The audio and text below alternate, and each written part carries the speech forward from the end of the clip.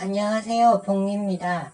오늘은 주말을 맞이해서 지금 비트코인 선물 포지션이 없기 때문에 딱 주말을 맞이해서 그 시황에 대해서 한번 살펴보는 시간을 가지면 좋을 것 같아서 영상을 녹화하고 있습니다. 현재 시간은 3월 19일 일요일 오전 11시 17분입니다.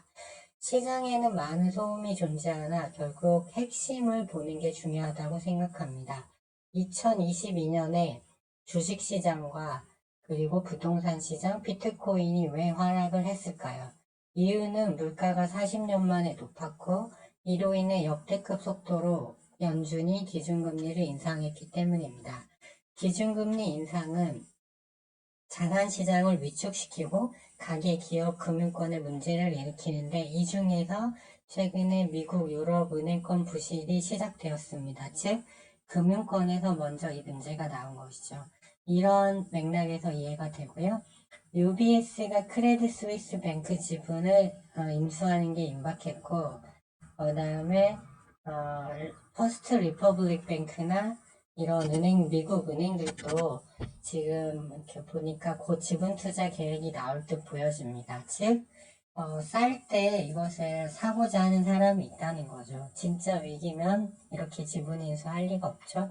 하지만 여전히 이 은행권 부실 문제가 상당 기간 계속될 것 같은데요. 그 이유는 아직 연준이 고금리 기조를 유지 중이고 다음 주에도 0.25% 금리 인상 확률이 높기 때문입니다.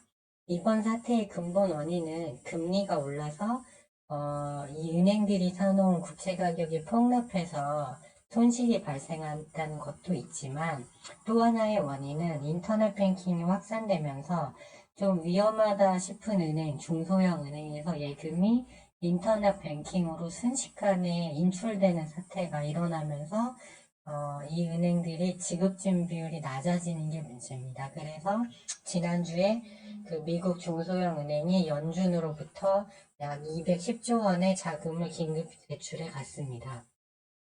그리고 아직 확정되지 않은 국채 가격 하락에 따른 미확정 손실분이 6,200억 달러로 추산되고 있기 때문에 여전히 좀 위험성은 진행되는 걸로 보입니다. 이 만기가 있다는 거죠. 그래서 올해 연말까지 미국 국채금리, 국채 가격이 회복되지 못하면 은행권에 대규모 손실이 생길 수 있다는 겁니다. 그래서 금요일에 미국 대형주 JP모건 체이스도 함께 급락하는 흐름이 나왔습니다. 그런데 이 가혹한 하락의 원인은 결국 물가입니다. 물가가 하늘 높은지 모르고 40년 만에 오르니까 이 모든 문제가 생겼던 것이죠. 그렇기 때문에 물가가 내려온다면 이 모든 것들은 자연적으로 해소가 된다고 보고 있어요. 그럼 물가 상승의 원인이 무엇이었습니까? 일단 에너지, 천연가스 유가가 급등했고 밀이나 이런 원자재 단에서의 가격이 먼저 급등을 했죠. 그리고 주거비와 임금 등 이제 중고차 가격 일부가 영향을 줬습니다. 하지만 이는 결국 해결된 문제고요. 무엇보다 최근에 에너지 가격이 경기 침체 우려를 반영해서 이번 달에 급락했기 때문에 그 5월에 발표될 헤드라인 CPI는 좀 더 내려갈 확률이 많아졌습니다. 그리고 유가는 경기가 회복되면 수요가 늘어서 다시 올라갈 수 있다라는 의견이 있고 특히 중국을 많이 거론하는데 이미 중국은 러시아로부터 싼 가격의 원유와 천연가스를 가져오겠기 때문에 그럴 가능성은 낮다고 보고 있습니다. 그리고 아주 간단한 강세장, 약세장 예측 방식이 있는데요.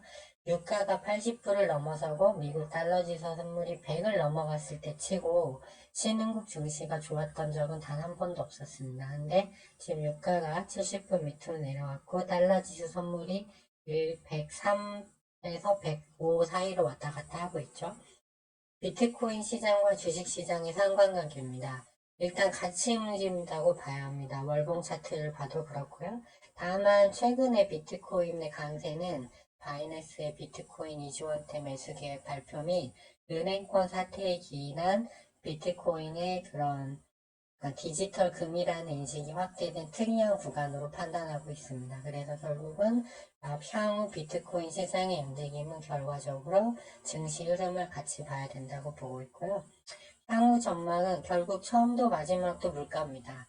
이게 핵심인데 3월에 미국 헤드라인 CPI가 6%까지 내려왔으나 에너지와 식료품을 제외한 근원 CPI는 아직 5.5%를 유지 중이어서 여전히 높은 수준이에요.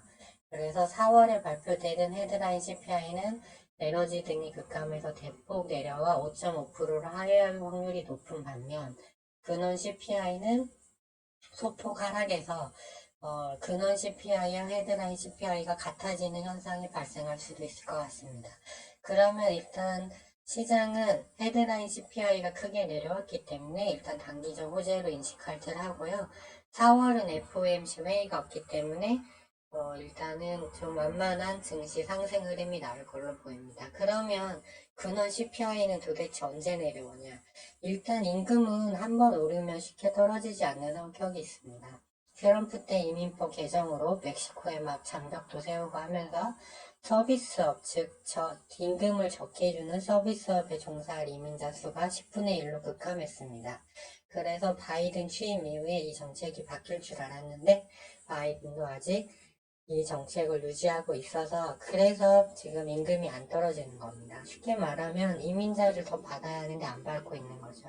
주거비 임대료의 경우도 고용이 아직 견고하고 이는 부동산 경기에 영향을 받고 있는데 내려오다가 지금 약간 정체된 구간에 있는데요. 이 부분도 결과적으로는 떨어질 시간이 걸릴 뿐이니 점차적으로 내려올 것으로 보고 있어요. 그래서 현재 은행권 부실 문제로 연준의 피버팅, 즉 금리 정책 변경이 압박받고 있는 상황에서 일단은 연준의 입장을 보면 3월 이번 달 기준으로는 2월 달에 발표된 CPI가 6%, 근원 CPI가 5.5%인 상황에서 선풍론 긴축 하나는 위험하다고 볼 거예요. 그런데 6월에 헤드라인 CPI가 5.5 이내로 내려가면 이때는 FOMC 회의가 없기 때문에 약간의 여유를 가지게 될 것 같고요.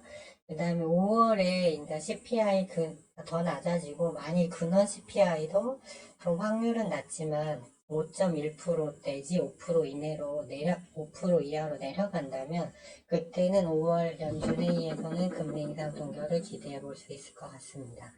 그래서 저의 전략은 지금 비트코인 보면 정확히 올해 1월부터 강세장 나올 때 나스닥하고 똑같이 강세 흐름이 나오고 있어요. 이 구간은 연준이 금리를 올리는 구간이니까 여지없이 내려왔죠. 그래서 이제 연준의 정책 변경이 있을 수 있기 때문에 뷰는 5월 한 해는 일단 상방으로 픽스를 해놓고 이제 어느 지점에서 들어가냐가 문제인데 지금은 너무 급하게 올라왔기 때문에 일단은 관망하면서 4월 CPI 나오기 전까지 좀 기다리는 게 좋을 것 같고요. 기준점이라고 한다면 저점 매수의 기준점은 25,000불 정도 또는 25,000불 약간 아래 정도면 좋지 않을까 생각하는데 만일 이제 비트코인 그 달러랑 그 패깅된 그 금액을 유치하고 있는 은행에서 문제가 생기지 않는 이상은 그런 사태가 한번 나와주면 좀 많이 내려올 것 같은데 일단은 고가권이고 지금 현재 27,000불 위에서 자리를 잡았거든요. 그렇기 때문에 추이를 좀 더 보는 게 좋겠다라는 것이 제 생각입니다. 예. 좋아요와 구독 신청은 큰 힘이 되고요. 일단은 이러한 시황을 갖고 있으니까 너무 조급해하지 마시고 기다리는 것도 투자라고 생각하시고 계속 추이를 확인하는 게 좋을 것 같습니다. 지금까지 복리였고요. 시청해주셔서 감사하고 주말 잘 보내시기 바랍니다.